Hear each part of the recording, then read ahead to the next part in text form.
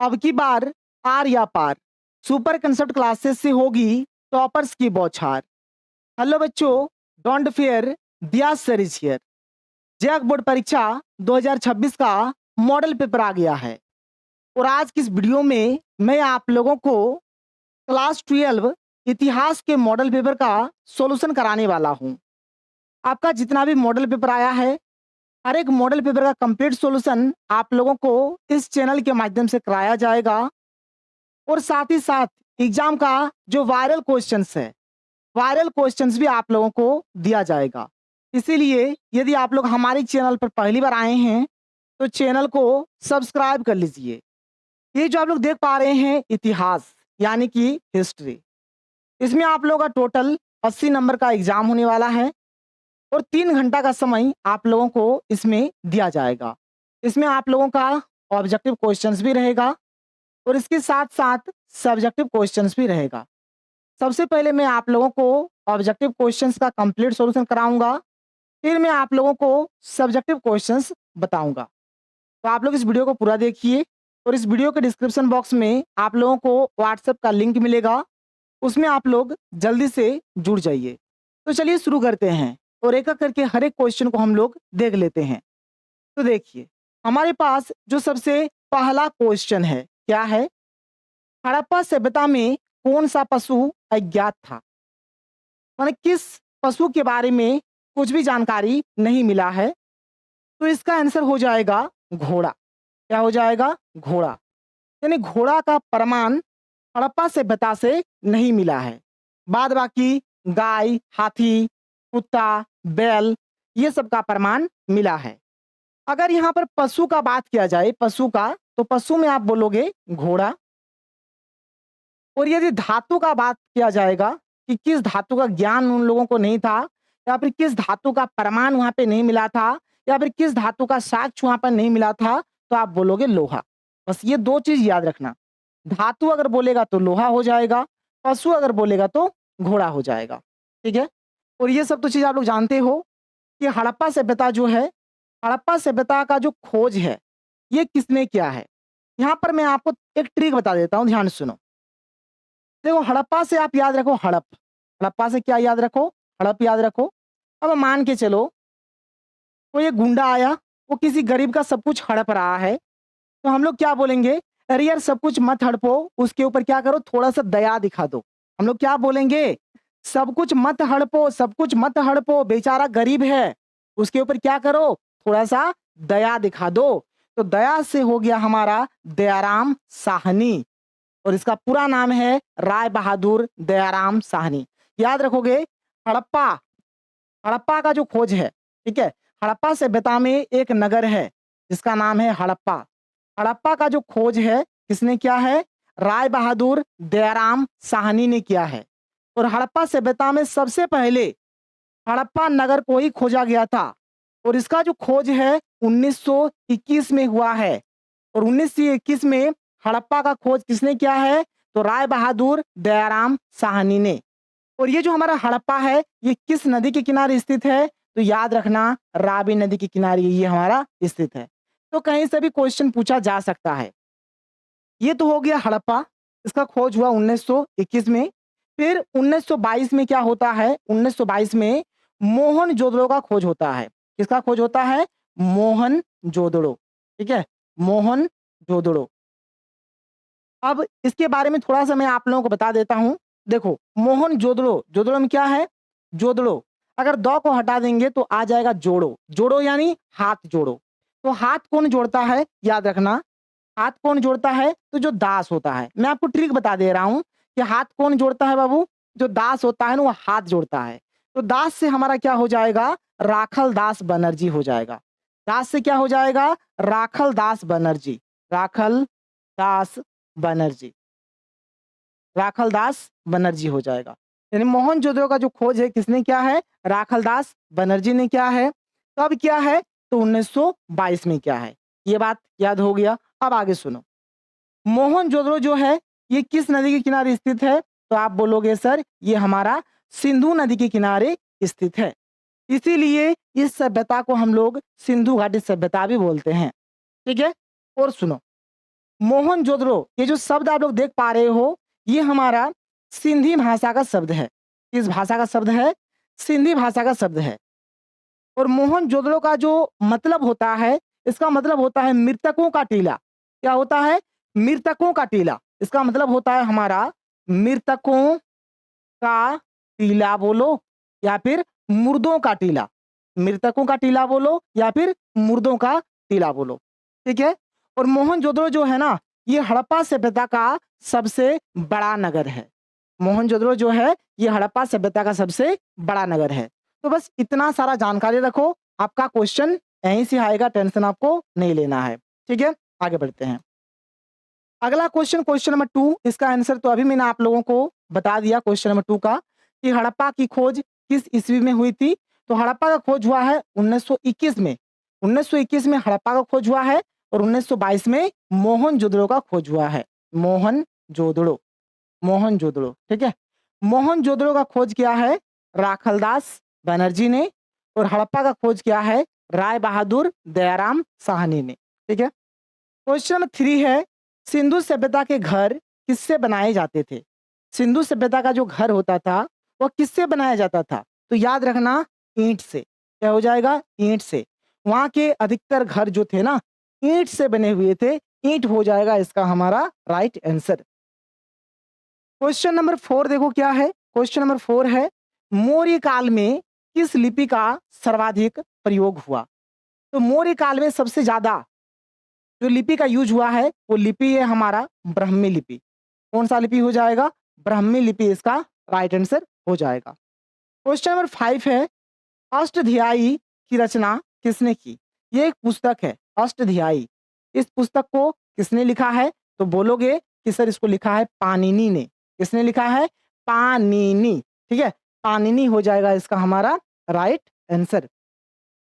इसके बाद देखो अगला question, question number 6। Question number 6 हमारे पास क्या है कि मौर्य साम्राज्य के प्रथम शासक कौन थे? यहाँ पर मैं आपको एक ट्रिक बता देता हूँ, आपका याद रहेगा, ठीक है। देखो ट्रिक देखो कितना सुंदर है। यहाँ पर देखो चंद्र है, चंद्र, चंद्र यानी चंद्रमा। तो आप आसमान में देखना, केडो चंद्रमा आपको दिखता है? बाबू एक ही डो दिखता है। चंद्रमा केडो दिखता है? एक ही डो दिखता है। इसलिए मौर्य साम्राज्य का जो पहला शासक वो कौन है? चंद्रगुप्त मौर्य। क्यों है? क्यों है? क्योंकि चंद्रमा आसमान में एक ठो है। चलो ये तो हो गया, पहला शासक समझ गए। दूसरा शासक ध्यान से सुनो। देखो इसमें जो ये वाला जो ऑप्शन है ना, इसमें लिखा हुआ है बिंदुसार। क्या लिखा हुआ है? बिंदुसार में दू है। बिंदुसार में क्या है? दू। दू दू दू दू 2 टका, 2 टका, दू यानी दो, दू यानी दो, ठीक है। इसलिए ये हो जाएगा हमारा दूसरा शासक। बिंदु, दू है, दू से दूसरा शासक। अकबर हमारा मौर्य वंश का नहीं है, ये मुगल वंश से है। तो जब हम लोग मुगल साम्राज्य पढ़ेंगे तभी हम लोग अकबर का बात करेंगे। तो पहला शासक हो गया चंद्रगुप्त मौर्य, दूसरा शासक हो गया बिंदुसार और तीसरा शासक हो जाएगा हमारा अशोक। तीसरा शासक कौन हो जाएगा? अशोक। तीसरा अशोक हो जाएगा। अब देखो बाबू ध्यान से, यहाँ पर आप अशोक को कैसे लिखते हो? अशोक को लिखने के लिए सबसे पहले हम लोग 3 लिखते हैं। अशोक लिखने के लिए सबसे पहले 3 लिखेंगे, फिर एक ऐसा डंडी देंगे, फिर ऐसा देंगे, तब ना अशोक लिखेगा। देखो अशोक तो ऐसे होगा ना। तो अशोक लिखने के लिए सबसे पहले हम लोग क्या करेंगे? 3 लिखेंगे, इसीलिए अशोक क्या हो गया? तीसरा शासक। एकदम खोपड़िया में घुसा लो। चंद्रगुप्त मौर्य, चंद्रमा के ठो है? एक ठो है, इसीलिए ये हो गया पहला शासक। बिंदुसार, बिंदु में आ रहा है दू, दू यानी दो, दो दो, 2 टका, 2 टका, 2 टका, दो दो, ठीक है, 2 टका, ठीक है। तो ये हो गया दूसरा शासक। अशोक जैसे ही लिखेंगे तो हम लोग पहले 3 लिखेंगे। देखो अशोक लिखेंगे पहले 3 लिखना पड़ेगा, फिर ऐसा ऐसा, फिर जाके अशोक होगा। तो अशोक में ही हमारा देखो 3 छिपा हुआ है, इसलिए ये हो गया हमारा तीसरा शासक। और बृहद्रथ जो था ना, ये मौर्य वंश का अंतिम शासक था, ठीक है। अंतिम शासक, अंतिम राजा, अंतिम राजा का नाम क्या है? बृहद्रथ। क्लियर हो गया? सब कुछ समझ में आ रहा है? आगे बढ़ेंगे, आगे देखेंगे अगला question, question number 7। Question number 7 क्या है? कलिंग का युद्ध कब हुआ था? तो कलिंग का जो युद्ध है ये 261 ईसा पूर्व में हुआ है। और ये जो कलिंग का युद्ध है ना, ये सम्राट अशोक और कलिंग के राजा के बीच में हुआ था। और ये अशोक के जीवन का अंतिम युद्ध था। ऐसे अशोक इस युद्ध में जीत जाता है, लेकिन इस युद्ध में इतने सारे लोग मारे जाते हैं, पशु पक्षी मारे जाते हैं, चारों तरफ रक्त ही रक्त देखकर अशोक का मन बदल जाता है और वह युद्ध करना इसके बाद से छोड़ देता है। तो कलिंग का जो युद्ध होता है ना, ये अशोक के शासनकाल का अंतिम युद्ध होता है। इसके बाद अगला क्वेश्चन हमारे पास क्या है, आप यहाँ पर देख सकते हो। अगला क्वेश्चन है कि रामायण के मौलिक रचनाकार कौन थे? तो वाल्मीकि जी हो जाएंगे। वाल्मीकि इनका राइट आंसर हो जाएगा।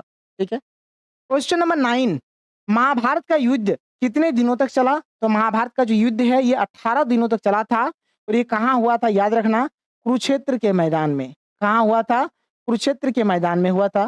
किनके किनके बीच हुआ था? ये भी याद रखना, पांडवों और कौरवों के बीच। किनके बीच? पांडवों और कौरवों के बीच कुरुक्षेत्र के मैदान में महाभारत का युद्ध 18 दिनों तक हुआ था। ठीक है। इसके बाद अगले क्वेश्चन को चलेंगे। अगला क्वेश्चन, क्वेश्चन नंबर 10 यानी क्वेश्चन नंबर 10 क्या है? जातक कथा में किसके पूर्व जन्म की कथाएं संकलित है? तो इसमें बुद्ध हो जाएगा। ठीक है, गौतम बुद्ध। क्या हो जाएगा? गौतम बुद्ध। अगला क्वेश्चन, थेरवाद किस धर्म से संबंधित है? तो थेरवाद जो है ना, ये बौद्ध धर्म से ही संबंधित है। क्या हो जाएगा? बौद्ध धर्म से ये संबंधित है। बौद्ध धर्म हो जाएगा इसका राइट आंसर। क्वेश्चन नंबर 12, रिहला के लेखक है। रिहला के लेखक कौन है? तो इब्न बतूता हो जाएगा। क्या हो जाएगा? Ibn Battuta. इब्न बतूता हो जाएगा। रिहला के लेखक कौन है?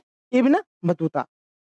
अगला क्वेश्चन, यहाँ पर हमारा क्वेश्चन नंबर कितना हुआ? क्वेश्चन नंबर 12 हुआ। ठीक है। क्वेश्चन नंबर 13, किसका जन्म स्थान तलवंडी था? यानी तलवंडी में किनका जन्म हुआ है? तो गुरु नानक जी का। गुरु नानक जी का जो जन्म है वो कहाँ हुआ है?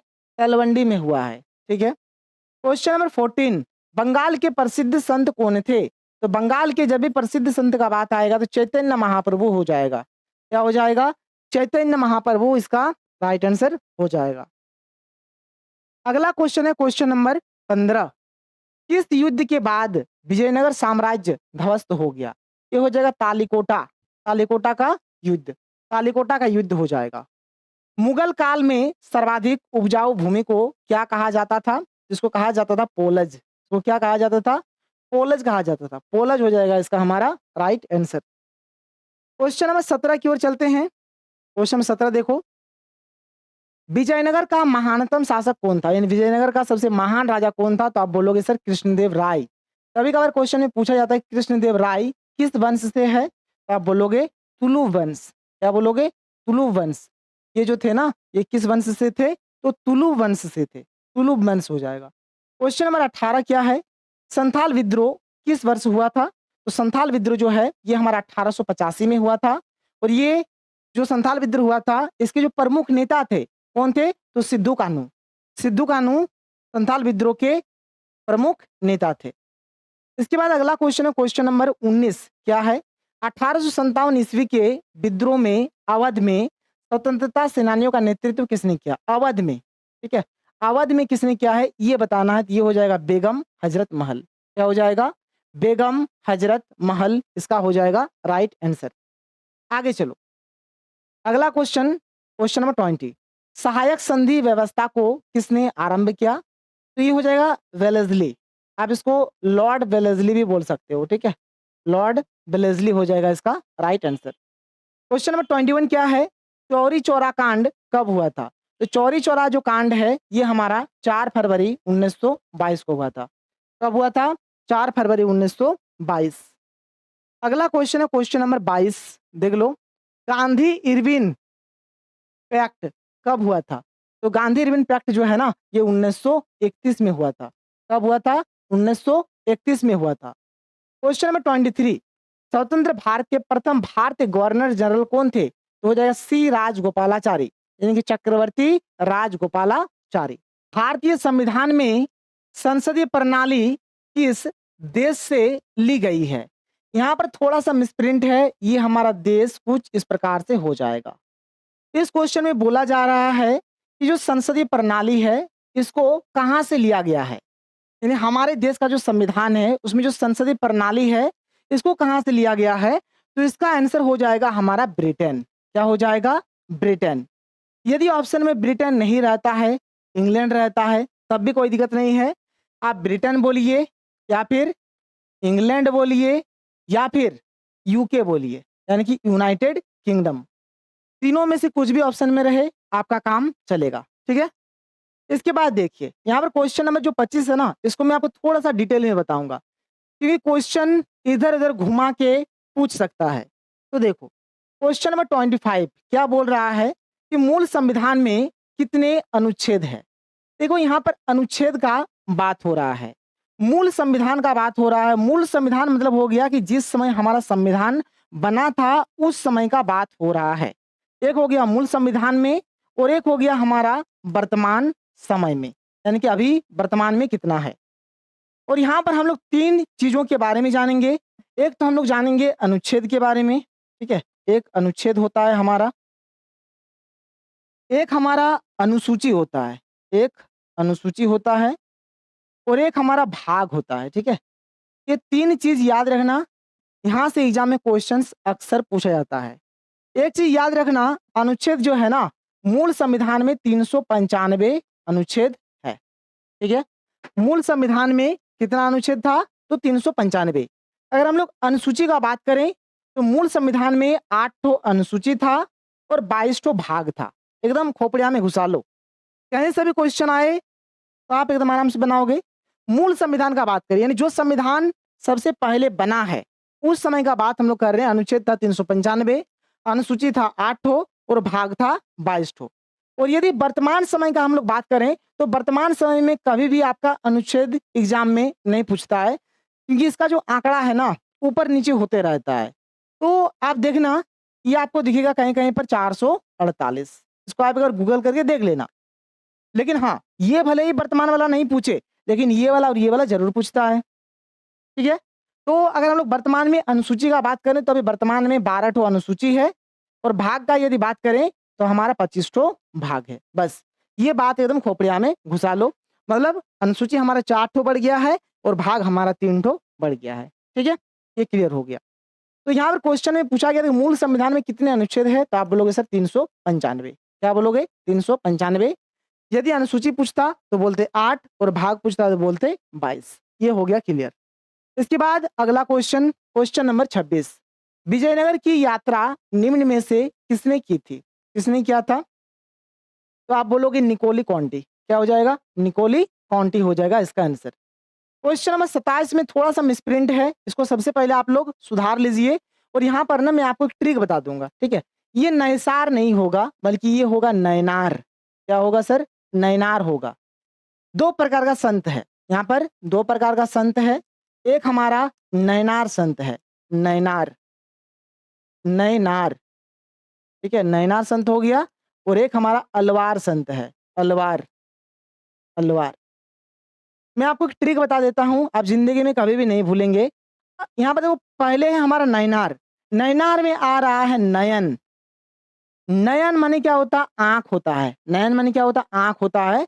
आंख बोलो या फिर नेत्र बोलो, ठीक है, आंख बोलो या फिर नेत्र बोलो। और एक भगवान है जिसको हम लोग त्रिनेत्र बोलते हैं। एक भगवान है जिसको हम लोग क्या बोलते हैं, त्रिनेत्र बोलते हैं। तो त्रिनेत्र किसको बोला जाता है, शिव जी को बोला जाता है। देखो यहाँ पर ये भी गलत लिख दिया है, ये भी गलत लिख दिया है, शिव जी हो जाएगा, शिव जी हो जाएगा इसका आंसर, ठीक है। नयनार संत कभी भी अगर पूछा जाए ना तो नयनार में आप इतना याद रखो, नयनार में आ रहा नयन। नयन माने होता है नेत्र, नेत्र माने त्रिनेत्र। त्रिनेत्र किसको बोलते हैं, तो शिव जी को बोलते हैं। तो शिव जी हो गया आंसर हमारा। और यदि मान के चलोगे यार अलवार संत आता, अलवार आता तो क्या बोलते हैं सर, अलवार में क्या होता, देखो अलवार, अलवार में आ रहा अल, अल ऑल बोलो ना, ऑल माने सभी, जितना भी भगवान है सबका बात हो रहा है। तो जितना भी दुनिया में भगवान है विशेष करके तीन भगवान ही हमारा मेन है, वो तीन का ही ज्यादा नाम लिया जाता है।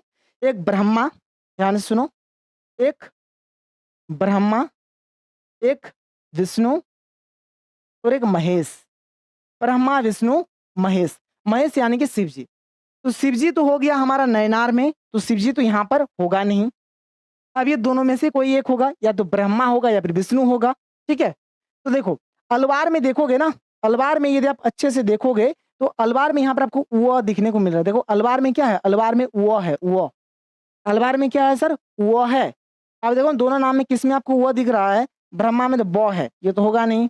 इसमें देखो उ दिख रहा है, मतलब यही वाला होगा, यही वाला होगा, यही वाला होगा, मतलब विष्णु जी हो जाएगा। बस इतना बात खोपड़िया में घुसा के रखो कि नयनार संत का जो बात करेंगे हम लोग, तो नैनार संत शिव जी को मानते थे, ये लोग शिव जी के उपासक थे, शिव जी को पूजते थे।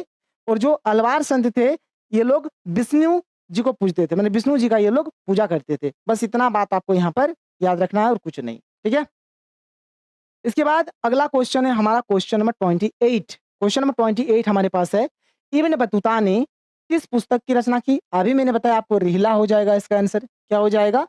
रिहला।